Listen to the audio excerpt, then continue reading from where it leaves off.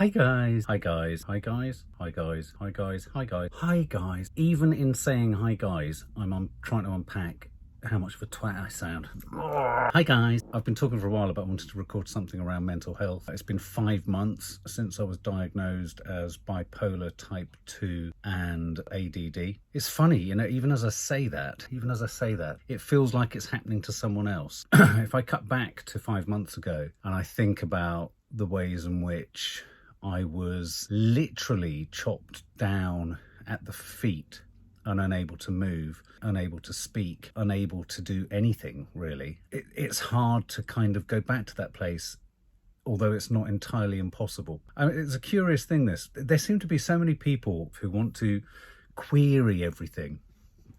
So you end up asking questions like, well, at what point is a diagnosis a fact? At which point is a definition of my mental state something that's reliable or definable, when all of us are kind of, you know, fluctuating balls of energy or lack of energy or voids of emptiness and doubt and all those kind of things at any given time. And so, you know, when I got given the diagnosis by a chap who's a psychiatrist, he's at Guy's Hospital, he's one of the most senior, he's looked after people that we all know in the public eye, he comes qualified and everything, that what makes a diagnosis from him any more valid or definable? Well, his expertise, his medical expertise and his medical know-how. And yet there is always still someone who wants to query the validity of everything, which of course you can do.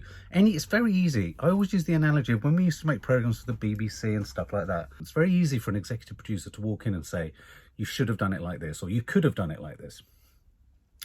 Because prior to that person walking in and saying you could have done it like this, someone had to make the decisions to get it to even a place that you could even comment on it. And it's a little bit like that with your mental health, because anyone can waltz in and say, well, how do you know that? Well, I don't see that. Well, I don't think you are that.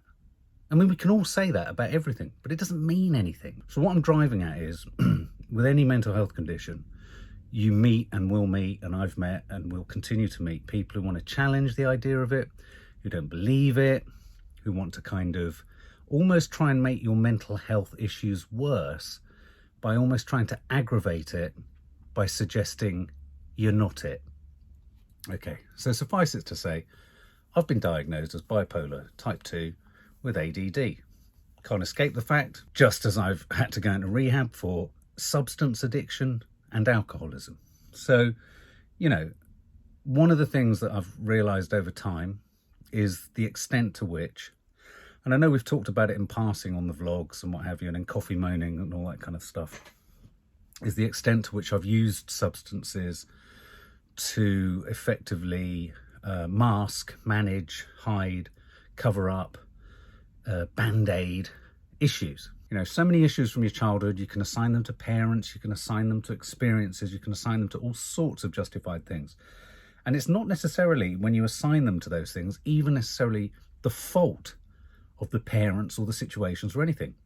It's about how you, as an individual, with your own sort of individual psychological makeup, respond to things. And that's something else about mental health. There's a huge thing which sort of goes around saying, if you're really wealthy as a child, you shouldn't have a problem. Or if you've got a whole family, you shouldn't ever feel lonely. You know, there's lots of ideas of shoulds and shouldn'ts. And, you know, if there's one thing I could remove from the whole mental health thing, you know, discussion, it would be get rid of the shoulds and get rid of the shouldn'ts, because there's no shoulds and there's no shouldn'ts. It just is. Now, in terms of diagnosis, in terms of coming to terms with it, it's been strange. It's been strange. As I say, you know, I'm now 5 months in. I would say that my meds have kind of calmed down.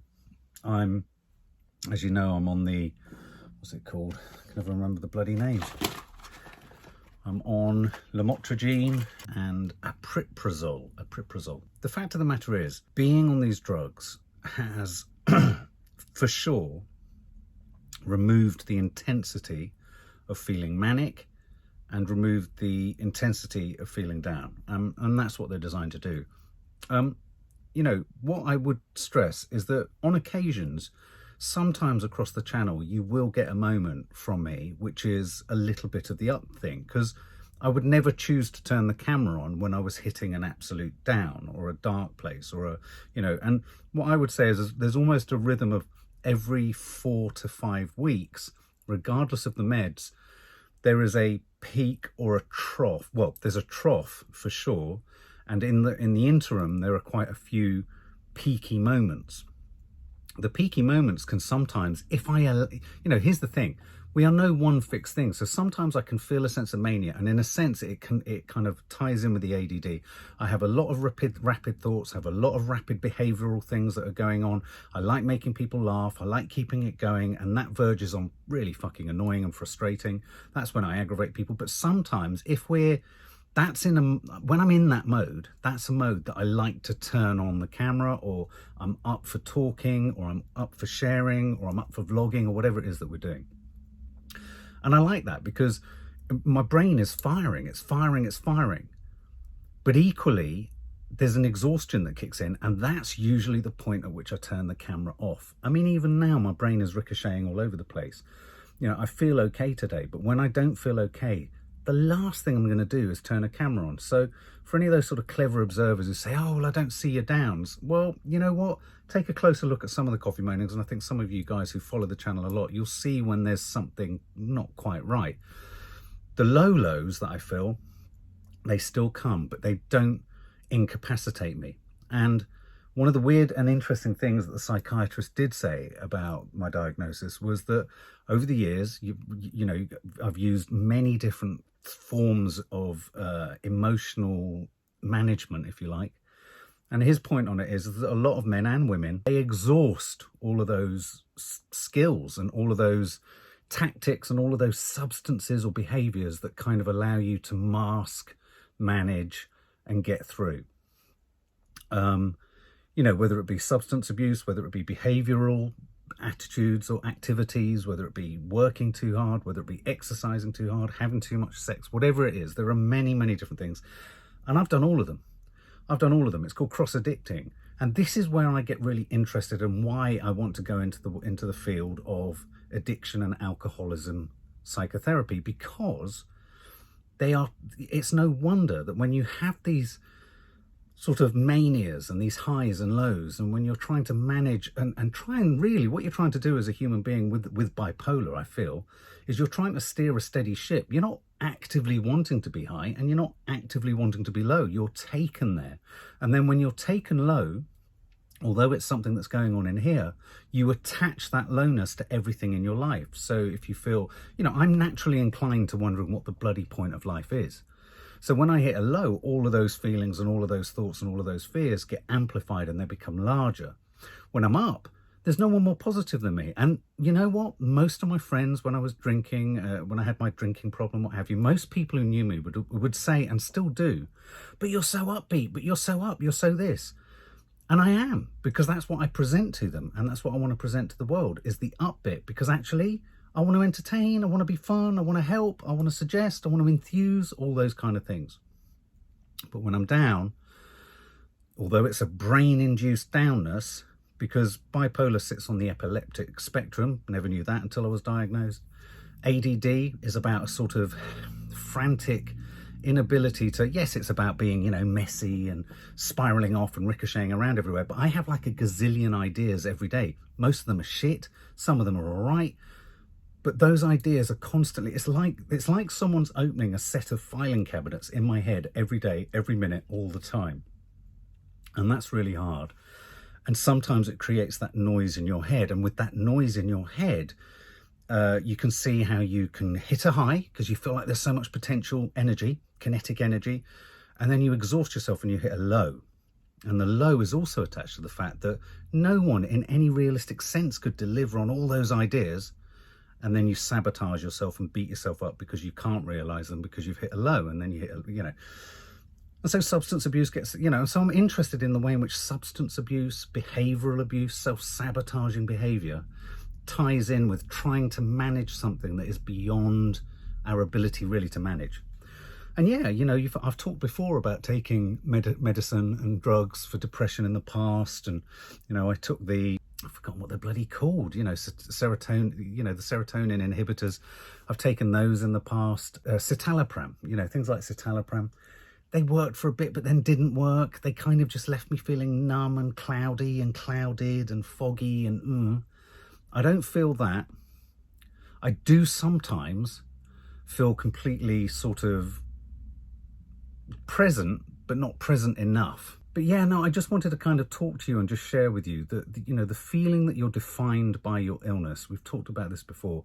Being defined by your illness is not all of you. And yet, in a weird way, of course it is. We're defined by our bodies. We're defined by the fact that we're humans. We might not go on about the fact that we have arms and legs or don't have arms and legs, but we don't go on about why we're human all the time. You know, I mean, philosophers do, but we don't query the fact that we're humans. So I wonder why we query the fact that our minds and our mental health is constantly in a state of flux. If our bodies can be in a state of flux all the time, I'm not even talking about our bodies, you know, the age-old comparison. You know, if you've got a broken arm, people give you sympathy, but if you've got a broken head, everyone questions it and wonders whether it's actually, is it real? Is it a thing? I don't even mean it like that. We all have fluctuations in our body. Some days I'm hot, some days I've got eczema, some days you feel asthmatic, some days you ache. None of them are kind of acute problems, but why isn't that necessarily going on in here? And so, you know, things like bipolar are extreme examples of that. But it's odd because at the same time, when you're diagnosed, you're marked as different to those people who haven't been diagnosed. And yet the weird fact of the matter is, if more people went into a diagnostic setup, they would be diagnosed with something somewhere. Because most people have some kind of mania or compulsion or strange excessive behavior in some area, you know, and we live in a society which normalizes drinking and, unfortunately, although it's illegal, normalizes low-level drug taking too. Cannabis, spliff, all that kind of stuff.